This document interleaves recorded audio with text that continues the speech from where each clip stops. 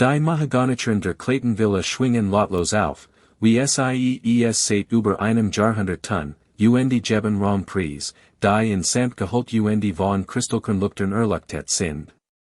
Renaissance gemalt hängen in vergoldeten Rahmen. Per sich Teppich dampfen Schritt auf polierten Boden. Alles flüstert Raffinesse, Geschmack, kultiviert. Aber hören Sie genauer hin. Können Sie es hören? Unter dem Rascheln der Seed dem Klirren der Champagnergläser gibt es ein anderes Geräusch, das Drohnen der Hotchefen, die Schrei Stirbender Manner, das Kratchen von Durchfuhr in einem Jullemorgen, als der Monongahela River rot vom Blut der Arbeiterword.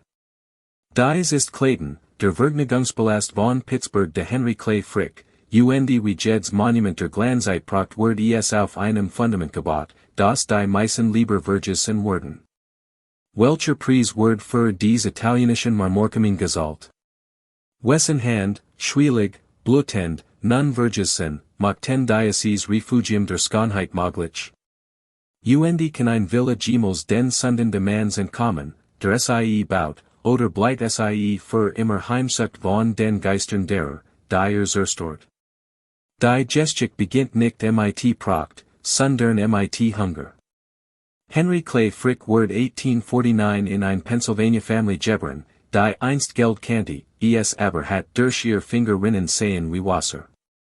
Sein Großvater Abraham Overholt hat ein Whiskybrennerei Imperium aufgebaut, der Name Overholt bedeutet etwas im westlichen Pennsylvania, bedeutet Fasser, die den Ohio River hinuntergeschicht wurden, bedeutet Qualitätsragen Whisky in Saloons von Pittsburgh bis St. Louis, bedeutet Geld Respectabilität. Aber Henrys Vater, John W. Frick, bewies sich als spektakulär ungeeignet für Gesellschaft, trieb von einem gescheiterten Unternehmen zum nächsten mit der hilflosen Entschlossenheit eines Manns, der ständig überzeugt war, dass sein nächstes Projekt sein Schicksal wenden wird. Der junge Henry wuchs in bescheidenen Verhältnissen in Westoverton auf sah zu, wie sein Mutter Elizabeth jeden Pfennig umdrehen musste, waren seines Vaters Traum verdunsteten wie Morgentau. Der Kontrast zwischen dem Wohlstand der Overholt Family der Vornehmen Armut seiner eigenen Family schnitt etwas tief in Henrys Psyche, eine Entschlossenheit so heftig, dass es ans pathologisch grenzt, einen Hunger, der ganz gestillt werden konnte. Wird nicht arm sein. Wird nicht vergessen werden. Wird nicht ein weiterer gescheiterter Frick sein. Wird sich seinen Weg zur Macht erkämpfen, nix, absolut nix, wird ihm im Weg stehen.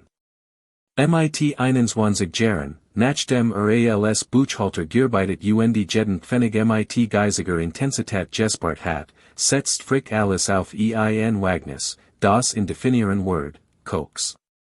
Nicht das Pulver, das später Amerikas Nachtclub-Economy beführen Word, sondern der industriell Brennstoff, der Stahlofen speist, Kohl, die in Bienenkorbofen gebacken Word, bis sie fast reiner Kohlenstoff Word, heißer brennend als alles andere verfügbar. Der Prozess war brutal, welche Kohl Word in Kuppelformig Ziegelofen geladen bei extremen Temperaturen 48 bis 72 Stunden gebacken. Die flüchtigen Verbindungen verbrannten als Abgas, Zurich blieb Koks, diet, poros, fast reiner Kohlenstoff, der die intensive Hitze aufrechterhalten konnte, die für die Stahlproduktion notwendig war.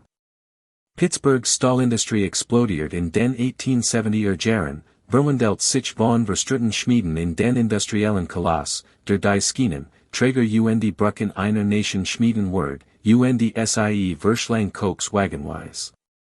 Frick ließ sich Geld von verwandten Richter Thomas Mellon, einem weiteren selbstgemachten Titanen, der Urgieser Kant, wenn in sah, baut sein erste Batterie von Koksophen in der Connellsville Region, wo die Kohl besonders für die Verkekung genet war. Arbeitet mit manischer Intensität, die in Monnier grenzt. Schlief 4 Stunden pro Nacht. Inspiziert jeden Ofen persönlich, sein Augen lernten, und der Farb Texter der Rauches zu beurteilen, wann ein Ladung perfekt gekocht war. Trieb sein Arbeiter ebenso brutal und wie sich selbst, verlangt Effizienz, die Gede uns Produktivität aus menschlichen Körpern und industriellen Prozessen presst. Die Männer, die sein offen betrieben, arbeiteten unter Bedingungen, die hut kaum vorstellbar sind. Sie arbeiteten 6 Stunden Schichten bei Temperaturen, die in den offensiven 130 Grad erreichten. Sie atmeten Luft, die dick war mit Kohlenstaub und Schwefelhaltigen Gasen. Ihr Lungen wurden schwarz. Sie entwickelten Coxaphen-Schwindsucht, husteten blutigen Schleim, starben in ihren Virzigen, wenn sie so lang durchhielten. Sicherheitsausrüstung existiert nicht. Medizinische Versorgung war das, was sich ein man leisten konnte, was normalerweise nix war. Wenn ein Arbeiter verletzt oder getötet wird, ein Hoffages Vorkommnis, war tit ein anderer Verzweifelter man darauf, seinen Platz einzunehmen. Das Arbeitsangebot war unendlich, ein Wanderer, die von Schiffen strömten, born, die Erschops Land aufgeben, Freiglassen, die aus dem Süden flohen, alle bereit, jede Arbeit zu verrichten, jede Hart zu ertragen, für die Chance, im industriellen Amerika zu jubeln. Frick kümmert sich nicht Leiden. Oder vielmehr kümmert sich nur insoweit, als die Produktivität betraf. Ein toter Arbeiter war ein Effizienzproblem, kein moralisch Kreis.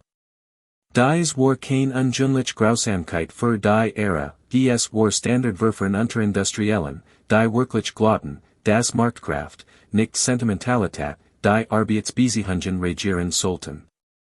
Sozialdarwinismus war die herrschende intellektuelle Mode, die lehrt, das Wettbewerb niederlich die Taglichen von den Untaglichen sortiert, das Armut moralisch oder genetisch Unterlegenheit anzeigt, das Eingriff in Marktmechanismen soll nutzlos als auch gefahrlich werden. In dieser Weltanschauung beweist Fricks Erfolg seine Überlegenheit. Das Leiden der Arbeiter beweist ihr. Es funktioniert, zumindest nach den Maßstäben, die Frick schätzt. Mit 30, im Jahr 1879, war Millionär, genau wie sich als Teenager geschworen hat. Kontrolliert Tausend von Coxaphen und beliefert die meisten Stalwart Pittsburghs. Dies Million war Männern abgepresst wordens, deren Namen war nie erfahren worden, deren Gräber unmarkiert sind, deren Kinder vaterlos aufwachsen. Aber es war $1 Million, und im Amerika von 1879 mat das Henry Clay Frick zu einem Prinzen. 1881 erriet Henry Clay Frick Adelaide Howard Childs, die Tochter von Asa P. Childs, einem wohlhabenden Pittsburgh-Hersteller von Schuh, und Stiefelbesklichen. Adelaide war Alice, was Frick nicht war, kultiviert, raffiniert, in Kunst und Literatur gebildet, sozial mutig, war steif und unbeholfen war. Sie war verfinert, war rücksichtslos war, kultiviert, war berechnend war, aber sie sah etwas in diesem intensiven Jungen Cox-Magneten, vieleit den verwundeten Jungen unter der Rüstung der Urgeises, vieleit die Fähigkeit zur Zärtlichkeit, die der Welt selten seid, oder vieleit einfach das Berauschen Versprechen von Reichtum und der sozialen Position, die kaufen konnte. Hochzeitsportrait seit beid jung und Luchtend, Adelaide in aufwendiger weißer Spitze und Orangenblüten, Henry fast getoshend in formeller Kleidung, sein gewöhnlich harter Mund leicht aufgeschwächt durch etwas, das Liebe sein konnte oder Zufriedenheit darüber, das perfekt Ornament für sein Ambitionen erwerben zu haben, eine Frau, deren Vornehmheit sein rauen Kanten zivilisieren und seinem Vermögen die Patina der Kultur verliehen konnte. Innerhalb eines Jahres brachten sie heim, das Frick steigendem Status entsprach. 1882 war Clayton, ein elfzimmeriges Italienisierens in der Penn Avenue im East End Viertel Point. Breeze, einer modischen Gegend, wo Pittsburghs industrielle Elite ihr Anwesen baut, für $25,000. Es war respectable, aber bescheiden, nicht für einen erfolgreichen Geschäftsmann, aber nicht für einen Titnen. Viel zu bescheiden für das, was Frick zu werden Beabsichtigt. Begann sofort mit planen, es in etwas zu verwandeln, das sein Ankunft unter Pittsburghs ersten Familien verkunden wird. Aber zuerst das Geschäft. 1882 bought Andrew Carnegie, bereits der unbestritten König des Stalls, ein Mann, der sich von schottischer Einwanderer mit zur industriellen Dominanz erhoben hat, Frick ein Partnerschaften. Carnegie hat Fricks Operationen mit Bewunderung und Vielheit nicht beobachtet. Hier war ein Mann, der nach rücksichtsloser war als Carnegie selbst, ein Mann ohne Carnegies Bedürfnis, gemacht zu werden, oder sein Anspruch auf demokratisch Ideal. Carnegie erkannte in Frick etwas, das über alles schätzt, absolut Rücksichtslosigkeit verbunden mit organisatorischem Genie, ein Bereitschaft, Entscheidungen zu treffen, die weicher Männer entsetzen werden. Carnegie liefert Vision, technologische Innovation und öffentlichen Charme, Frick liefert Koks, Operatives Management und die Stallern Entschlossenheit, alles notwendig zu tun, Konkurrenten zu vernichten und Arbeit zu kontrollieren. Es war ein Partnerschaft, die im Hallenführer geschmiedet wird, und ein Jahrzehnte lang dominiert sie die amerikanische Industrie, welches zur großen, profitabelsten Stahlproduktion, die Welt je gesehen hat. Das Geld strömt hierin, Fluss davon, Ozean davon, mehr Geld, als Männer wie Fricks Vater in ihren wildesten Traumen hatten sich vorstellen können, mehr Geld, als sie in sein Leben ausgeben konnten. Bei Clayton begann die Transformation ernsthaft.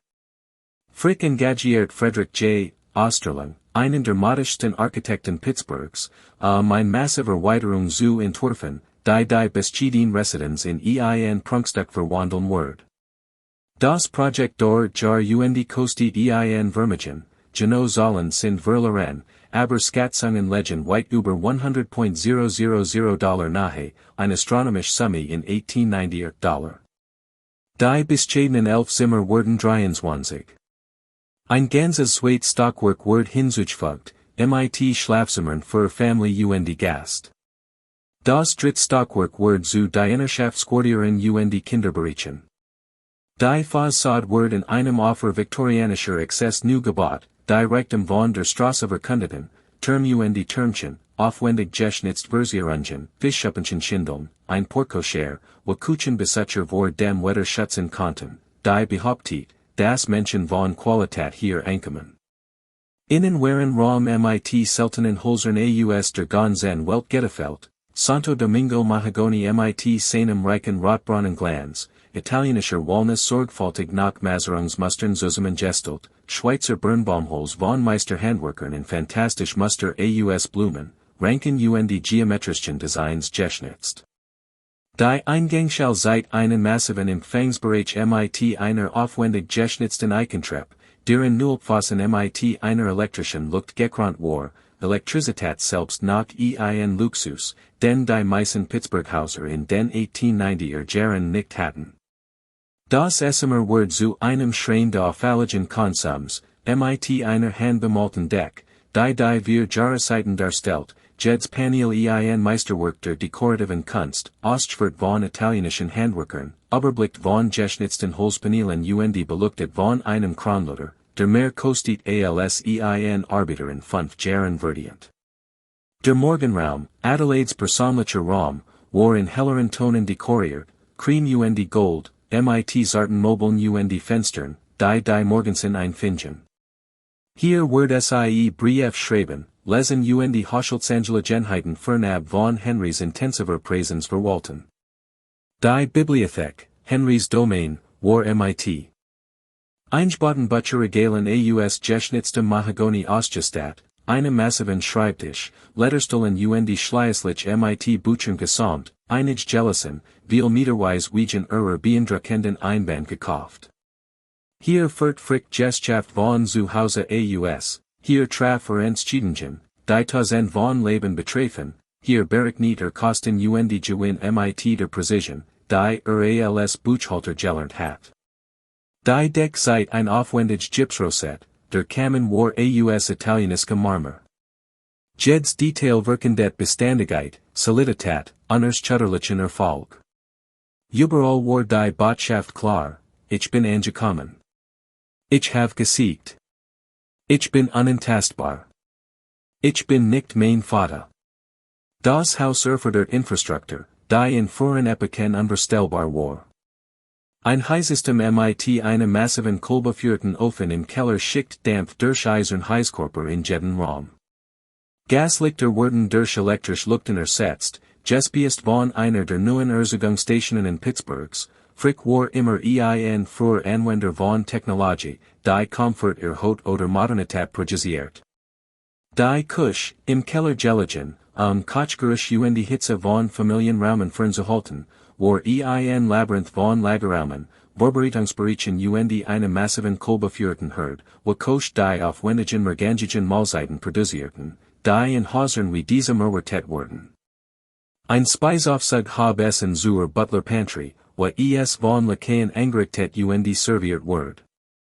Beide Zimmerseiten die neuesten Porzellanarmaturen Inneninstallationen, Luxus, die den meisten Amerikanern nachfelten. Ein Telefon wird installiert, das frick mit seinem Gesellschaftsimperium seinem sozialen Kreisverbund. Jede modern Bequemlichkeit, die Geld kaufen konnte, wird in Clayton eingebaut, mot es nicht nur zu einem Prunkstück, sondern zu einer wirklich comfortablen Residenz für die Familie. 1892 war Clayton fertiggestellt, die Familie Frick, Henry, Adelaide ihr Kinderchilds, Martha die Klein Helen, Zogen in Rom die entworfen waren, nicht nur Reichtum, sondern ein ganz besondere Vision von Zivilisation zu präsentieren. Henry hat begonnen, Kunst mit derselben wilden Entschlossenheit zu sammeln, die ins Gesellschaft bracht. Nicht für in die langsame, sorgfältige Bildung des Geschmacks durch Jar des Studiums der Contemplation. Kauft aus Instinkt, Bauchgefühl dem Rat von Handlern, die schnell lernten, was in Ansprach, alte Meister, etabliert Reputationen, gemalt, die ästhetisches Verdienst mit Investitionswerk kombinierten. Gainsborough, Rembrandt, Vermeer, dies Namen wurden schließlich sein New Yorker Villa Fullen, gekauft für some men, die Schlagzeilen machten, aber die Samen wurden bei Clayton gepflanzt. Die Wanda Bluten mit vergoldeten Rahmen, die europäisch gemalt enthielten, jeds ein Erklärung, das Henry Clay Frick sein Herkunft transcendiert hat, das nicht bloß reich, sondern kultiviert war, nicht bloß modig, sondern raffiniert. Adelaide, die Musik Literatur wirklich liebt in einem Haushalt aufgewachsen war, der kulturell Bestrabungen schätzt, fühlt das Haus mit Klängen, die sein harten kommerziellen Kanten aufweiten. Sie spielt Klavier im Musikzimmer, nicht die auffällige Virtuosität eines Konzertpianisten, sondern die vollendiert Amateurfertigkeit einer gutterzogenen Frau. Sie las unersättlich, Roman, Poesie, Geschichte, Biographie, ermutigt ihr Kinder, dasselbe zu tun. Sie bewertet Pittsburghs kulturelle Elite, Musiker, Künstler, Akademiker die Frauen anderer Industrieller, schuf ein Sozialwelt, die sich künstlerisch Wertschätzung dreht statt bloßes Gesellschaft. An der Oberfläche verkörpert Clayton den manifestierten amerikanischen Traum, ein selbstgemachter Mann, der sich von Armut zu Überfluss hochgekämpft hat, ein kultiviert Frau, die seinen Erfolg mit echter Raffinesse schmückt, schon Kinder, ein Haus, das besucht, was Talent hart Arbeit in einem Land der Möglichkeiten erreichen konnten. Aber unter der Oberfläche Verität etwas. Den 1892 war auch das Jahr von Homestead. 7 Meilen von Claytons parfümierten Salons entfernt, den Monongahela River hinunter in einem Tal, das mit industriellem Rauch erstickt war, stand das Homestead Steelworks, ein weitläufiger Komplex, der 100 von Hektar bedeckt, wo 300 Männer unter Bedingungen arbeiteten, die modern Sensibilitäten unglaublich schockieren wurden. Das Stahlwerk war manifestiert Halle auf Erden, Hochöfen, die 2000 Grad überschritten, hoch wie Gebäude die hungrig wie Damen, Geskmolzins Metal, das einen Mann in Sekunden verbrennen konnte, wenn stolpert, Maskinen, die mit Belofeiger Gleichgültigkeit zurückwichten verstumelten, Walzen, die einen Armel erwischen einen Arbeiter in den Tod sehen konnten. Luft so dick mit Rauch die metallischen Partikeln, das Arbeiter jahrelang schwarzen Schleim husteten die Jungen. Lungenkrankheiten starben, die noch kein Namen hatten. Der Lärm war ohrenbetäubend, das Drohnen von Stahl auf Stahl, das Brüllen der Ofen, das Zischen von Dampf, die Ruf von Männern, die Versuchten, über die Industrielle Kakophony zu kommunisieren. Die Hitze war unerträglich, besonders im Sommer, wenn Männer Schichten bei Temperaturen über 120 Grad arbeiteten, Gallenen von Wasser tranken und den Hitzeschlag zusammenbrachen. Die Männer arbeiteten 12 Stunden Schichten, 7 Tage die Woche während Arbeitsreicher Perioden, was die Meistzeit war. Viele verdienten zwischen 1,50 und $2,50 pro Tag, kaum genig, mein Family zu ernähren, unmöglich zum Sparen. Facharbeiter, die Walswerksmänner, die Puddler, die Eritzer, die Jahrenerfahrung benötigten, verdienten mehr, vielleicht 5 oder sogar $7 pro Tag, genig, ein prekär Respektabilität zu erreichen, ein Haus statt eines Zimmers zu mieten, davon zu träumen, dass ihr Kinder besser Leben haben werden. Sie letten in vermögenden Wohnungen oder engen Mietskasernen in Homestead und dem nahegelegenen Munhall, kaufen in Firmengestiften wo die Preis aufgeblatt waren, und verstanden mit perfekter Klarheit, dass sie entbehrlich waren. Wenn man viel, vor Hitze, vor Verletzung, vor Maskinen, die sich nicht kümmerten, war tiet andere Verzweifelter Arbeiter vor den Toren, seinen Platz einsensmen. Es gab immer einen anderen Arbeiter. Das Angebot war unendlich. Die Amalgamated Association of Iron and Steel Workers hat einige der Facharbeiter von Homestead organisiert, nicht die ungelernten Arbeiter, die als nicht organisierbar galten, sondern die Handwerker, deren Fachwissen ihnen minimal Verhandlungsmacht gab. Vertrag sollte im Juni 1892 auslaufen. Die Gewerkschaft wollte fair Lohn, die mit den massiven Gewinnen der Unternehmen Schritt hielten. Sie wollten Sicherheitsverbesserungen, die entsetzlichen Verletzungs- und Todesraten zu reduzieren. Sie wollten als Menschen mit Wort und Wort behandelt werden, nicht als austauschbar Teil in Carnegies Profitmaschine. Sie wollten Anerkennung, dass ihr Fähigkeiten und Arbeit den Reichtum schaffen, der Willen wie Clayton baut, und dass sie einen fairen Anteil verdienten. Henry Clay Frick, Vorsitzender der Carnegie Steel Company und Andrew Carnegies designierter Vollstrecker, hat ihr Ideen. Wollte die Gewerkschaft vollständig brechen, für allemal etablieren, das Kapital, nicht Arbeit, die Beschäftigungsbedingungen kontrolliert. Wollte die Lohn 18 to 26% je nach Position reduzieren. Wollte die Macht der Gewerkschaft zu verhandeln eliminieren, Facharbeiter auf dieselbe machtlos Position wie die ungelernten Massen reduzieren. Sah die Gewerkschaft nicht als legitimen Vertreter von Arbeiterinteressen, sondern als legitime Einmischung in das absolut Recht des Managements, seine Gesellschaft nach eigenem Gutdünken zu führen. Und Carnegie, der öffentlich behauptet. Arbeiterrecht zu unterstützen und es über die Word der Arbeit und die Verpflichtungen der Reichtums geschrieben hat, Carnegie gab Frick carte blanche, die Situation auf sein Weise zu handhaben, ging dann bequem in den Urlaub nach Schottland und positioniert sich, der Schritt für alles zu entkommen, was als nächstes passiert. Es war dasselbe Muster, das Carnegie wiederholt befolgt, progressive Prinzipien verkünden, waren der Männern wie Fricker Machtheit, sie zu verletzen, den Schock über die unglücklichen Ergebnis ausdrücken, die stillschweigend autorisiert hat. Was als nächstes Geske, war ein Massaker, ein Schlacht, ein Wendepunkt in der amerikanischen Arbeitsgeschichte, der für Generationen nachhallen wird. Frick kündigte Lohnkursungen. Die Gewerkschaft lehnt ab. Verhandlungen waren Theater, Frick hat nicht die Absicht, Kompromiss einzugehen. Am 29. Juni sperrt Frick die Arbeiter vollständig aus der Anlage aus und verweigert ihnen den Zutritt. Dann begann das Homesteadwerk in ein Festung zu verwandeln. Errichtet einen Sohn den gesamten 3 Meilen langen Umfang der Anlage, 12 Fuß hoch, aus Holz und Stacheldraht, mit Steinwerfern gekrönt und mit Gürlochern für Wachen zum Durchschießen durchsetzt. Die Arbeiter nannten es mit bitterem Humor Fort Frick. Es war ein Kriegsakt gegen sein eigenen Angestellten, UNDSIE verstanden ESALS Solchen.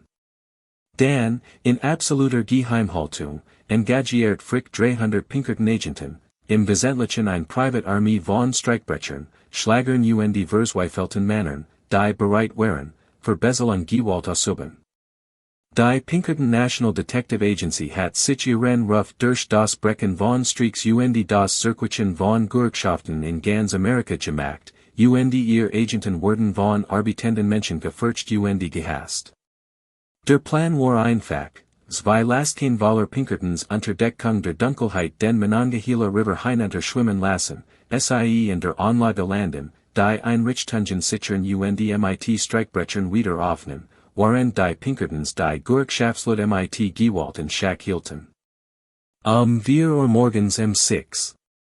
Juli 1892 schwammen die zwei Lastkein mit 300 bewaffneten Pinkertons den Dunklen Fluss hinunter in Richtung Homestead. Aber die Arbeiter wurdeten Gemand, die Identität word nie entdeckt, obwohl Frick die Gewerkschaftsführung verdacktheit, hat sie gewarnt. Als die Lastkein sich der Anlagestel der Anlagen erhörten, sondern tausend von Stahlarbeitern ihren Familien das Flussufer. Männer, Frauen Kinder standen in der Dämmerung beobachten, wie sich die Dunklen Vermenne hörten. Was als nachts Geske, hängt davon ab, welch sieht die Geschichte erzählt, aber das Ergebnis ist unbestritten, Führerjekt brach das Wirsen stunden dorn zen Männer tot Zurücklassen word. Jahr zuerst. Die Pinkertons behaupteten, die Arbeiter hatten auf sie geschossen, als sie versuchten zu landen. Die Arbeiter behaupteten, die Pinkertons hatten ohne Provokation in die Mensch geführt. Wahrscheinlich schossen beide Seiten fast gleichzeitig, Angst Spannung explodierten bei der ersten Bügung in Gewalt. Was sicher ist, dass die Halle am Monongahela ausbrach. Arbeiter führten Gewehr Pistolen vom Ufer. Pinkertons erwiderten das Feuer von den Lastkonnen mit Winchester repetiert wurden. Kugeln schlugen in Holes prallten von Metall ab, durchbohrten Fleisch. Männer schrien. Blut sammelt sich auf den Lastkonnen Flussufer. Gemand goss auf den Fluss versucht anzusunden, in der Hoffnung, die Lastkein zu verbrennen. Arbeiter leden ein Alti-Bürger Kriegsgenon mit Eisenbahnspikes führten sie auf die Lastkein, in der Hoffnung, sie unter der Wasserlinie zu durchlöchern. Sie warfen Dynamit, obwohl das meist davon nicht explodiert.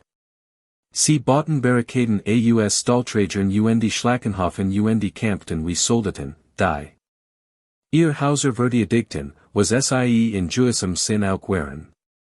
Die Schlacht tobt durch den Morgen in den Nachmittag.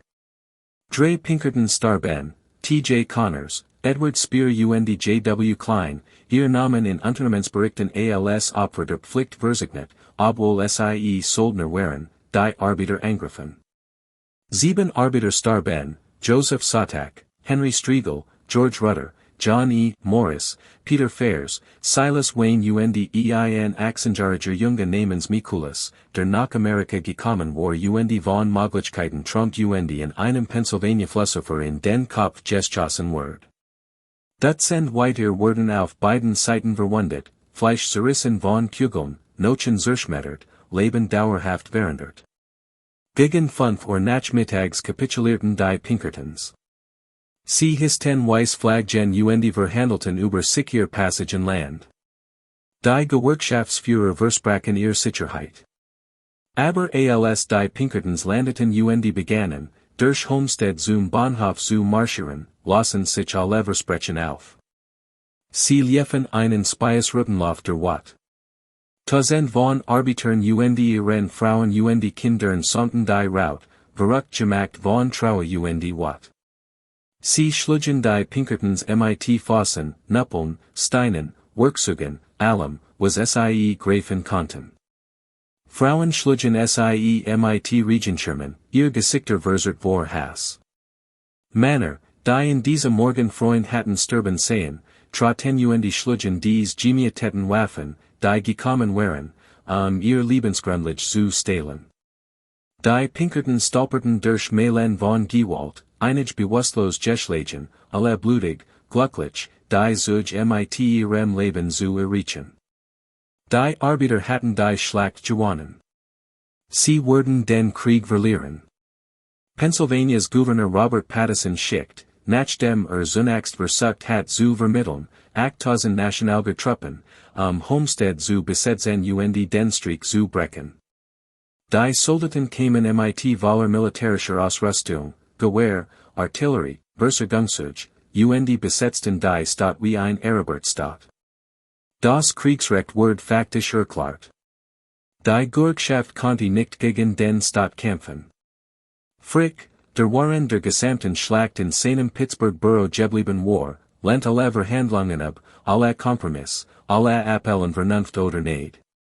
Seine Position war absolut, bedingungslos kapitulieren oder verhungern.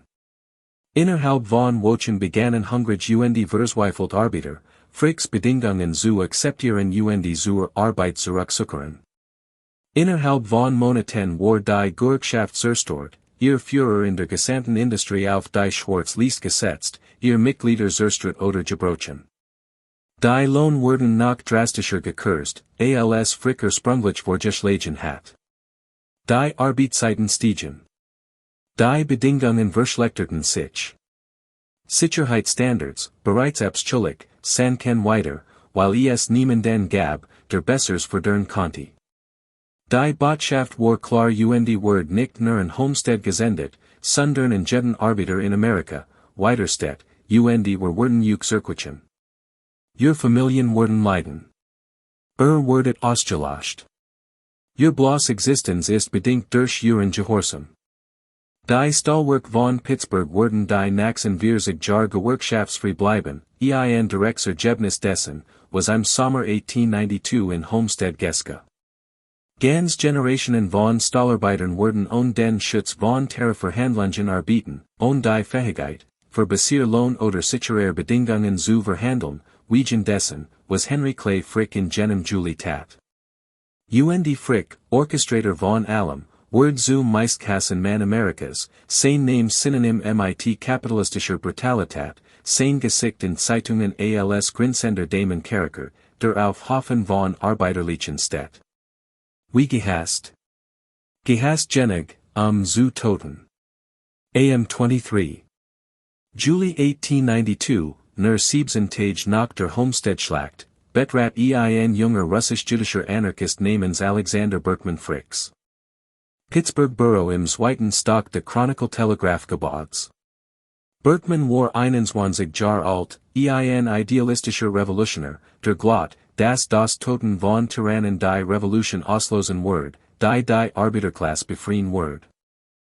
Sah Frick als das perfekt Ziel, die Personifizierung von allem, was mit dem Kapitalismus falsch war, ein Mann, dessen Tod soll Gerechtigkeit als auch Inspiration sein wird. Berkman zog einen Revolver und schoss Frick dreimal aus nächster Nahe, Kugeln treffen in Hals und Rücken. Frick starb unglaublich nicht. Brach zusammen, blieb aber bei Bewusstsein. Als Berkman versucht, Ernie zu schießen, klemmt der Revolver.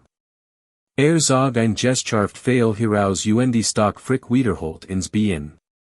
Büroangestellt stürmten hierin und rangen Berkman zu Boden, während bis und kämpft und versucht, ein Dynamit-Sunkapsel in seinem Mann zu erreichen, die zu detonieren plant, falls gefangen wird.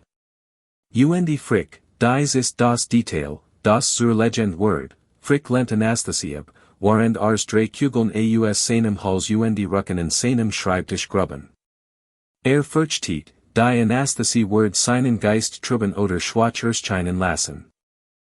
Bis auf ein Touch und trug die Qual bei Bewusstsein. Dann, immer noch blutend, arbeitet einen vollen Tag in seinem Schreibtisch, bindet Vertrag und unterschrieb Papier. Erst dann erlaubt sich, nach Clayton gebracht zu werden, wa Adelaide in Terror gewordet hat, nachdem sie die Nachricht gehört hat. Erholt sich innerhalb von Wochen. Das Attentat, Das Frick in jeder vernünftigen Welt zum Boswicht hat machen sollen, verwandelt in Stattdessen in einen Helden in den Augen von Amerikas besitzenden Klassen und einem Großteil der Öffentlichkeit. Hier war ein Mann, der buchstäblich Kugeln nahm und sich weigert nachzujagen, der Pflicht über Sicherheit stellt, der Mut und Prinzip verkörpert. Sympathie strömt aus dem ganzen Land und der ganzen Welt ein. Der Streik, der öffentliche Unterstützung und die Zeitungsunterstützung gehabt hat, wenn die sich entschieden gegen die Arbeiter. Sie waren jetzt mit anarchistischer Gewalt verbunden, mit Mordversuch, mit gefahrlichem Radikalismus. Bergmann ging für 14 Jahre ins Gefängnis und kam gebrochen heraus. Die Arbeiter, die nix mit Bergmanns Angriff zu tun hatten, trugen trotzdem die Schuld. Fricks Ruff verbessert sich paradoxerweise. War jetzt nicht nur ein Geschäftsführer, sondern ein Held, der die Kugeln eines Attentators überlebt hat. Die Ironie war vollständig. Bei Clayton ging das Leben in vergoldeter Isolation weiter. Verstand Adelaide, was man geten hat. Lag sie nax walk in ihrem Mahagoni Himmelbett und dachten die Witwen und Weissen, die entschiedenen mans Geschaffen hatten, die 7 Familien in Homestead, die ihr Männer wieder sehen würden. Oder akzeptiert sie, wie so viel Klasse und Ära, dass die Welt hart und hierarchisch war, dass einige Menschen gebern waren zu herrschen und ihr zu dienen, dass das Genie und die Entschlossenheit mans in Niederlich zu Reichtum berechtigten, waren die Armut der Arbeiter ihr eigen Unzulänglichkeit widerspiegelt. Glaubt sie, wie respectable Meinung lehrt, dass Gewerkschaften gefahrlich sozialistisch verschwörungen waren, die den amerikanischen Wohlstand bedrohten. Wir können es nicht wissen. Ihr Brief sind sorgfältig eingemessen und vermeiden politisch Kontroversen. Was wir wissen, ist das Tragödie Clayton durch and ihr Touren Betrat und Leiden über die Fricks selbst bracht auf ein Weiss, die Geld nicht verhindern konnte. 1891 starb die sechsjährige Martha, ein Schons Kind mit Dunklen Locken und heller Intelligenz, plötzlich in einem Fieber. Das Haus ging in tief Trauer. Henry, der seine Kinder auf sein eigen heftig, unausgesprochen Weiss liebt, wie das einzig, was own Calculation liebt, war auf ein Weiss im Boden zerstört, wie sein Geschafflichen. Rückschläge in nie beruht hatten. Dan, im Jahr 1892, in jenem schrecklichen Jahr, als Homestead seinen Ruff mit Blut beschmutzt und Bergmanns Kugeln in Fanden, in demselben verfluchten Jahr, Starber Soglingsen Henry Clay Frick Jr. mit nur wenigen Wochen, kaum das in dieser Welt Adam gesehen hat. Zwei Kinder weg innerhalb eines Jahres. Adelaide zog sich in Traue und religios hingab Zurich, besucht Gottesdienst mit der Inbrunst von Gemandem, der Entweder Trost oder Antworten auf zu schrecklich Fragen sucht, sie lot auszusprechen. Henry zog sich in Arbeit und Kunstsammlung Zurich, seien zwei Mechanismen, ein Universum zu kontrollieren, das demonstriert hat, dass es nicht einmal von einem Mann seines eisernen Willens kontrolliert werden konnte. Konnte seine Kinder nicht zurückbringen. Konnte Adelaide nicht aufhören lassen zu trauern. Aber konnte einen Vermeer erwerben. Konnte einen Konkurrenten zerquetschen. Konnte Schmerz in Meisterschaft in den einzigen Dominant verwandeln, war noch absolut Macht ausübt. Der Kontrast zwischen Claytons Inenelben und der Welt außerhalb seiner Mauern wird mit jedem Jahr krasser. Waren die Fricks auf nun Menü Speisen, serviert von livrierten Lakaien auf Limoges Porzellen, Austern, Sup, Fisch, Sorbet, Gebertines Fleisch, Salat, Dessert, Obst, Käse, Oberletten Arbeiterfamilien mit Brot und Bro, streckten Pennies, Kinder zu futtern, die nie ganz genig hatten. Waren Adelaide Chopin im Musikzimmer spielt, nahmen Arbeiterwitwen wasch und Flickerbeiten, ihr Hand rau von Logensief, versuchten Kinder zu futtern, deren Vater in Homestead gesterben waren.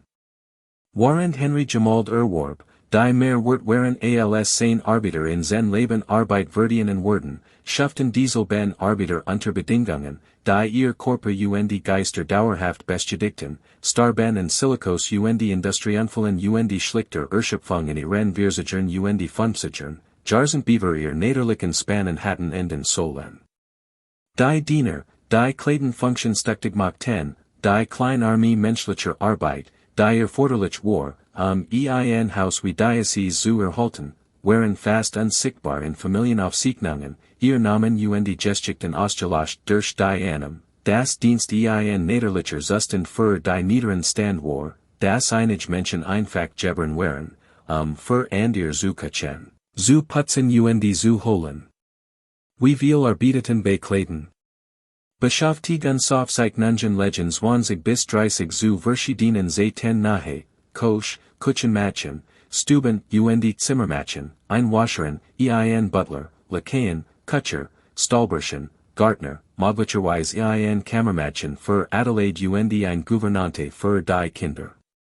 Sie letten in kleinen, schlichten Rahmen im vierten Stock, Raum sorgfältig entworfen, von den öffentlichen Rahmen unsichtbar zu sein, zugänglich über Hintertreppen, damit Diener sich durch das Haus bewegen konnten, gesehen zu werden. Wie waren ihr Leben? Argerten sich über den sie umgebenden Reichtum, oder kompensiert die Nahe dazu irgendwie ihr eigen Armut? Stahlen sie essen aus der Küche, unseriechenden Lohn zu ergänzen? Trachten sie über das Privatleben der Fricks, verspotten ihr Anspruch, beurteilten den Haushalt, der sie beschäftigt? Oder akzeptierten sie größtenteils ihr Positionen als anständige Arbeit in einer harten Wirtschaft, denkbar für städtische Beschäftigung und entwickelten vielleicht sogar Loyalität zu einer Familie, die sie nach den Standards der Zeit fair behandelt? Wissen es kaum, weil Menschen wie die Fricks solche Fragen nicht für erwägenswert hielten, nicht daran dachten, die Geschichten von Menschen zu bewahren, die sie als Grundlagen verschieden von sich selbst betrachten. 1905 verließen die Fricks Clayton für New York, wo Henry in der Fifth Avenue bei der 70. Straße ein noch praktischer Villa baut. Pittsburgh hat seinen Zweck erfüllt, es hat ein unvorstellbar Reich gemacht, einen der reichsten Männer Amerikas, aber New York repräsentiert den ultimativen Preis, Eintritt in die höchsten Range der amerikanischen Gesellschaft, nahe zu den Vanderbilts und Astors und Morgans, Anerkennung nicht nur als provinzieller Industrieller, sondern als Nationalfigur. Clayton wurde in die Hand der Tochter Helen übergeben, jetzt eine junge Frau, die dort zeitweise lebt, während sie die Pittsburgh Interessen ihres Vaters verwaltet. Henry widmet sein verbleibenden Jahr dem Kunstsammeln in beispiellosem Osmus und hofft ein Sammlungen, die mit den europäischen Aristokraten rivalisieren wird.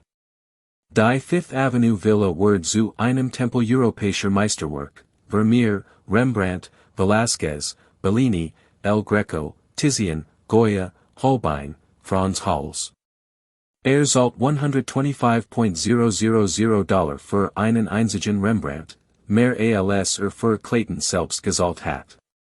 Jedes Gemälde repräsentiert nicht nur ästhetische Wertschätzung, sondern eine Art säkulare Unsterblichkeit, eine Art zu sagen, ich mag ein rücksichtsloser industrieller Gusen sein, aber schau, ich bewahrt Schönheit für zukünftige Generationen. Ich war ein Patron der Zivilisation, nicht bloß ein Zerstörer von Männern. Ich transcendiert mein Herkunft. Ich werd für Kultur erinnert worden, nicht für Coxafen. Glot frick dieser Erzählung. Wahrscheinlich. Die menschliche Fähigkeit zur Selbstrechtfertigung ist grenzenlos, besonders unter den Mächtigen, die glauben müssen, dass Erfolg tugend widerspiegelt statt Gewalt. Frick liebt Kunst wirklich. Sein ästhetischer Geschmack, gebeldet von den besten Handlern und Beratern, die Geld kaufen konnte, wird tadellos. Konnte kenntnisreich über Flämisch Technik und Renaissance-Komposition sprechen, über Attributionsfragen und Provenienz. In seinem eigenen Kopf hat sein brutaler Sprung transcendiert, war vom Coxkönig zum Kulturbaron evolviert, hat nicht nur Reichtum, Sundern Raffen es erregt, nicht nur Macht, Sundern Geschmack. Die Ironie, die tragisch, verdammt Ironie, die niemals sein oder anerkennen konnte, ist, das Jeds gemalt, Jed Sculptor, Jeds Kunstobjekt in seiner Sammlung mit Geld gekauft word, das Mannern abgepresst word, deren Leben zerstört worden, es zu produzieren. Die Vermeers wurden mit Homesteadblut gekauft. Die Rembrandts repräsentierten unbeselt Lohn auf Schwarz Lissen gesetzt Arbeiter. Die Villa selbst wird auf einem Fundament von zerquetschten Gewerkschaften Gebrochenen Korpern gebaut. Sein Gesamtästhetisches Vermächtnis beruht auf menschlichem Leiden, das niemals eingemessen anerkannte oder sind. Frick starb 1919, im Alter von 70 Jahren, in seinem Fifth Avenue Palast, umgeben von Meisterwerken Family. Sein Vermögen wird auf über $100 Millionen geschätzt, etwa $1,5 Milliarden in heutigen Dollar, obwohl wahrscheinlich mehr angesichts der Schwierigkeit, Vermögenswert über ein Jahrhundert hinweg umzurechnen. Sein Testament verwandelt die Fifth Avenue Villa in ein öffentliches Museum, die Frick Collection, die 1935 für die Öffentlichkeit auf nicht eins von New Yorks führenden Kunstinstitutionen bleibt. Sein Erklärungsziel war es, der Öffentlichkeit Zugang zu großer Kunst zu geben, zukünftige Generationen durch Auseinandersetzung mit Schönheit Kultur zu bilden zu errieben. Nobel wird von einem Mann, der sein Leben damit verbracht hat, maximalen Wert von Arbitern zu extrahieren, waren der minimal Entschädigung gab. Aber welch Art von Bildung beieten dies gemalt? When Besitzer in ruhiger Contemplation vor Fricks Vermeers stehen, denken sie in die Stahlarbeiter, die ihr Erwerbung möglich machten. When sie den tadellisen Geschmack der Villa bewundern, hören sie die Geister von Homestead, die hinter den Mauern rasseln. Oder lascht die Schönheit erfolgreich die Brutalität, erlaubt Kunst zu schätzen, während wir bequem ihrer Sprung. Vergessene, die Blumen zu bewundern, während wir den Dunger ignorieren, dem sie watches. Zurich in Pittsburgh Jean Clayton and Helen Clay Frick über, die nie erritet außergewöhnliches Leben der Bewahrung der Vermächtnisses ihres Vaters widmet, obwohl bemerkenswerterweise einer sorgfältig kuratierten Version dieses Vermächtnisses. Helen war ein beeindruckende Frau, weitaus mehr als ein pflichtbewusst Tochter. Sie war hochgebildet, war bei einen Abschluss von Bryn Mawr Word wirklich leidenschaftlich über Kunst, Geschichte historischer Haltung. Sie verstand, dass Clayton nicht nur ein Familienheim repräsentiert, sondern ein historisches Dokument des Glanzeitlebens, eins der wenigen überlebenden Beispiele dafür, wie die industrielle Elite tatsächlich lebt. Während an der Villen für Entwicklung abgerissen wurden, kämpft Helen dafür, Clayton intakt zu erhalten erhielt es mit akribischer Liebe zum Detail. Aber ihre Version dieser Geschichte betont die ästhetischen kulturellen Errungenschaften, die Kunstsammlung, die architektonischen Innovationen, die kulturelle Raffinesse der Familie, während sie weichen schwieg über Homestead, über Arbeitsgeld, über die menschlichen Kosten der Vermögens ihres Vaters. Als Clayton schließlich 1990 als Museum für die Öffentlichkeit aufniet, nach Helens Tod 1984 im Alter von 96 Jahren Jahren akribischer Restaurierung durch die Frick Pittsburgh, konzentrierten sich die frühen Führungen fast ausschließlich auf architektonische Details, Kunstsammlungen Familienleben. Homestead Word, wenn überhaupt, als unglücklich Arbeitskontrovers, verwandt, die von Anarchisten radikalen Agitatoren dem Verhaltnis gesprengt, wardens war. Dies sanitisiert Geschichte war nicht einzigartig für Clayton. In ganz Amerika wurden Glanzeitlvillen im Lauf des 20. Jahrhunderts in Museen verwandelt, die Standarderstellung betont Vision, Genie, unternehmerisch Kühnheit kulturellen Beitrag, während sie Ausbeutung, Gewalt, Ungerechtigkeit die brutalen Realitäten der industriellen Kapitalismus minimiert oder ignoriert. Die Roboter wurden systematisch als Kapitän der Industrie umbenannt. Rücksichtslos Monopolisten wurden zu Pionierunternehmern. Männer, die Gewerkschaften zerquetschten Leben zerstörten, wurden zu Philanthropen, deren Großzügigkeit Bibliotheken, Universitäten, Konzertsäle und Museen baut. Carnegie Bibliotheken decken Amerika ab, Gede Gebot mit Stalgewinnen, die Arbitern abgepresst wurden, die sich die Bücher deren nicht leisten konnten. Rockefellers Standard Oil Vermischen, Aufgebot durch Monopol und Rücksichtslos Konkurrenz, finanziert Universitäten und medizinische Forschung. Die Transformation der Rufs ist vielleicht die ultimative Macht der Reichtums, die Fähigkeit, nicht nur die Gegenwart zu formen, sondern die Geschichte selbst umzuschreiben, sicherzustellen, dass ihr Verbrechen vergessen wurden, während ihr Wohltätigkeit erinnert wird, nicht nur Luxus zu kaufen, sondern Vermögnis. Aber Geschichte hat eine Art, unbequem Wahrheiten wieder gelten zu machen, besonders in Zeiten, in denen Ungleichheit wieder unmöglich zu ignorieren wird. In den letzten Jahrzehnten, als Amerika Niveaus der Vermögenskonzentration erlebt hat, die seit der Glanzzeit selbst nicht mehr gesehen wurden, haben Institutionen wie the Frick Pittsburgh begonnen, sich ehrlicher mit dem komplexen, unruhendenden Vermögnis ihrer Gründer auseinanderzusetzen. Führungen erwanen jetzt Homestead explicit, nicht als unglücklich Fußnote, sondern als definierens Ereignis, das wesentlich Wahrheiten darüber offenbart, wie Fricks Vermögen gebot wird.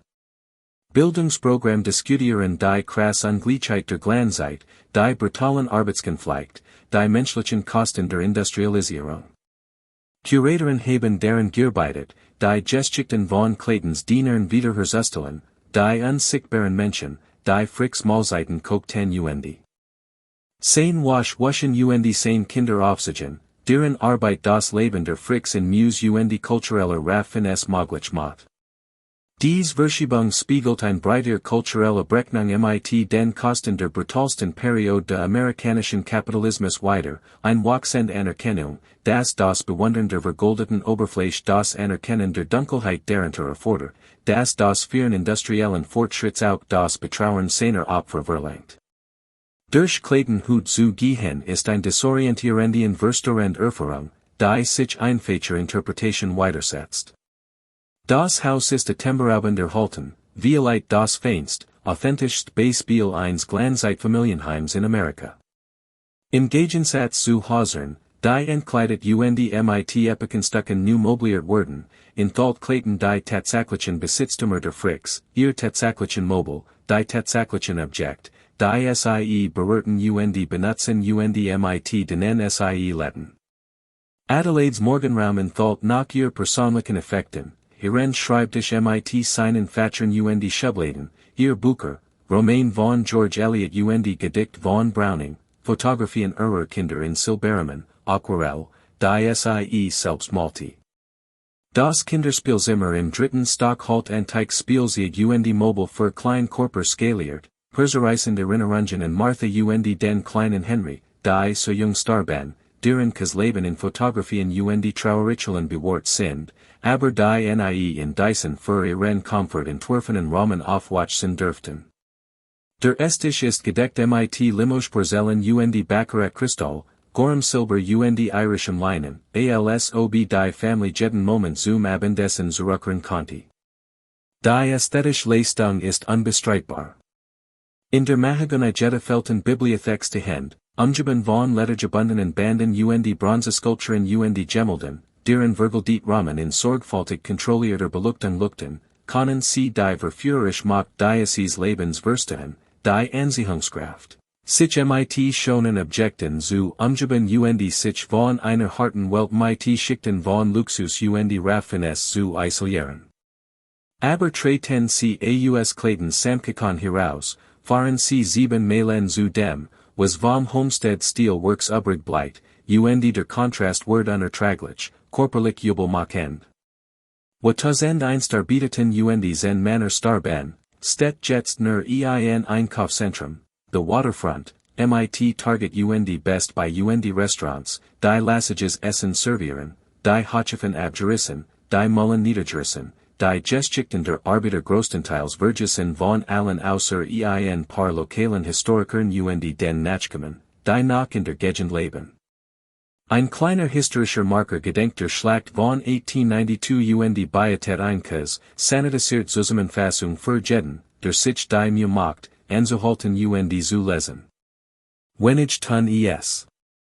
Der Fluss fließt weiter, gleichgültig, sein Gewasser längst von industrieller Verschmutzung gereinigt, reflektieren jetzt Himmel und die Wolken, als ob hier nie etwas Schreckliches passiert wäre.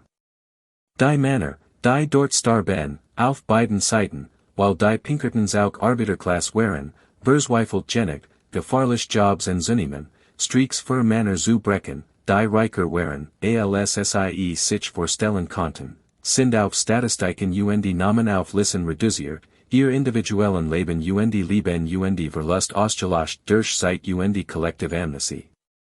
Erinnert sich jetzt an Joseph Sotak oder Henry Striegel? Besucht ihr Gräber oder Opfer oder lehrt die Kinder über das, was in jenem Jullemorgen Geske? Was ist Clayton also wirklich? Ist es ein Zeugnis für Vision und Geschmack oder ein Monument für Blutgold? Ist es ein wertvoll historisch Ressource, die uns über unsere Vergangenheit aufklärt, oder ein sanitisiert Luge, die uns erlaubt, Schönheit zu bewundern, während wir die Brutalität vergessen, die sie kauft? Die Antwort, unbequem und irreducible, wie sie ist beide. Clayton ist all dies Dinge gleichzeitig, ein materielles Artefakt unmöglicher Schönheit, das die zentrale moralisch Frage des Kapitalismus kristallisiert, kann auf Ausbildung aufgebaute Reichtum durch die Art, wie ausgegeben wird, erlost werden. Können Kunst und Kultur für Gewalt und Ungerechtigkeit sein? Oder beflecken die Sünden der Erwerbung für immer selbst die schönsten Objekt und machen sie zu Komplizen der Verbrechen, die sie kaufen? Wascht sich Blut von Samt ab, oder sagt es dauerhaft unsichtbar aber unauslöschlich? Dies sind keine abstrakten philosophischen Fragen, die nur für akademisch Seminar geeignet sind. Sie bleiben dringend relevant in unserem eigenen Zeitalter erschütternder Ungleichheit, wenn Milliardärmuseen und Bibliotheken und Stiftungen finanzieren, während ihr Arbeiter sich für Lebensmittelmarken und öffentliche Unterstützung qualifizieren, wenn Unternehmen mit karitativen Spenden und Nachhaltigkeitsinitiativen prahlen, während sie an und Nägel gegen Existenzlohn und Gewerkschaften kämpfen, wenn Reichtum als Bues für Tugend präsentiert wird, anstatt als möglich falsch von Ausbeutung hinterfragt zu werden. Die Logik, die Fricks-Handlungen rechtfertigt, das ungesugelter Kapitalismus Wohlstand produziert, das Reichtum niederlich zu den talentierten und verdienten fließt, das Arbeiterenforderungen zurückgewicht werden müssen, wirtschaftliche Freiheit zu bewahren, das Gewerkschaften Hindernis für Fortschritt sind statt Schutz für Word, bleibt unruhend lebendig in zeitgenössischer Politik und Ökonomie. Wir mögen Vorschriften und Mindestlohnsätze und Verbot gegen Privatarmeen haben, die Arbeiter erschießen, aber das fundamental Machtungleichgewicht zwischen Kapital und Arbeit, die einem, das Eigentumrecht Arbeiterbedürfnis übersteigen, der Glaub, das Effizienz und Profit fast jede menschliche Kosten rechtfertigen.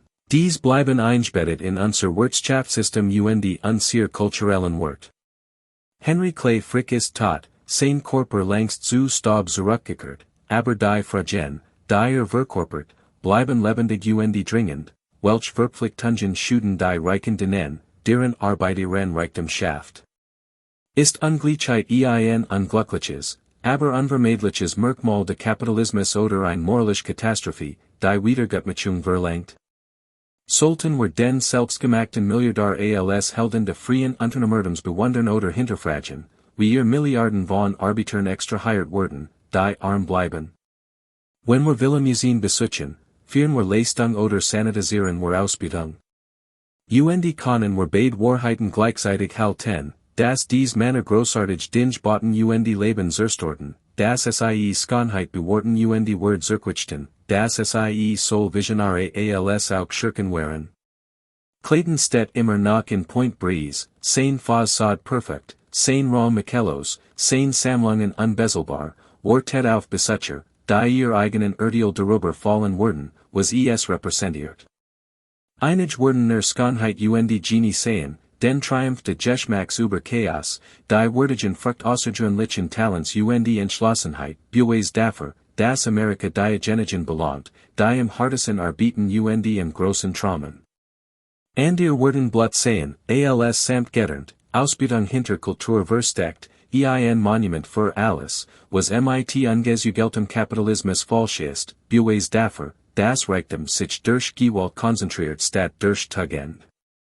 Beide werden Recht haben, weil Clayton groß genig ist, beide Wahrheiten zu enthalten, weil Menschen ihr Monumenti Komplex widersprüchlich sind, weil Schönheit Brutalität im selben Raum koexistieren können, gekauft mit demselben Geld, gerechtfertigt von demselben Mann, der wirklich Kunst liebt rücksichtslos Arbeiter zerstört keinen Widerspruch zwischen diesen Positionen sah.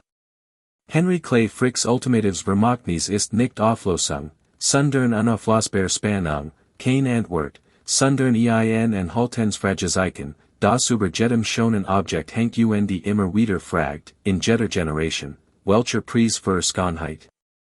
Welcher Preis für Zivilisation? Welcher Preis für Kultur? Sollt am Ende dafür.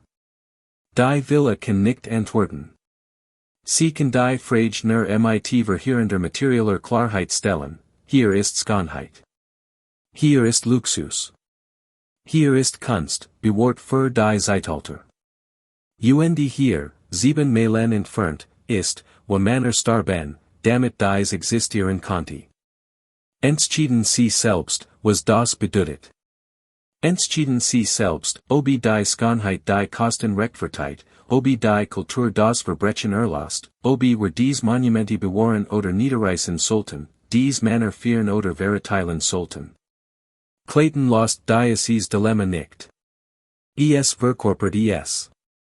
Das ist vielleicht die Wortwolstbildung, die es beiden kann, nicht Inspiration, sondern unbequem Wahrheit.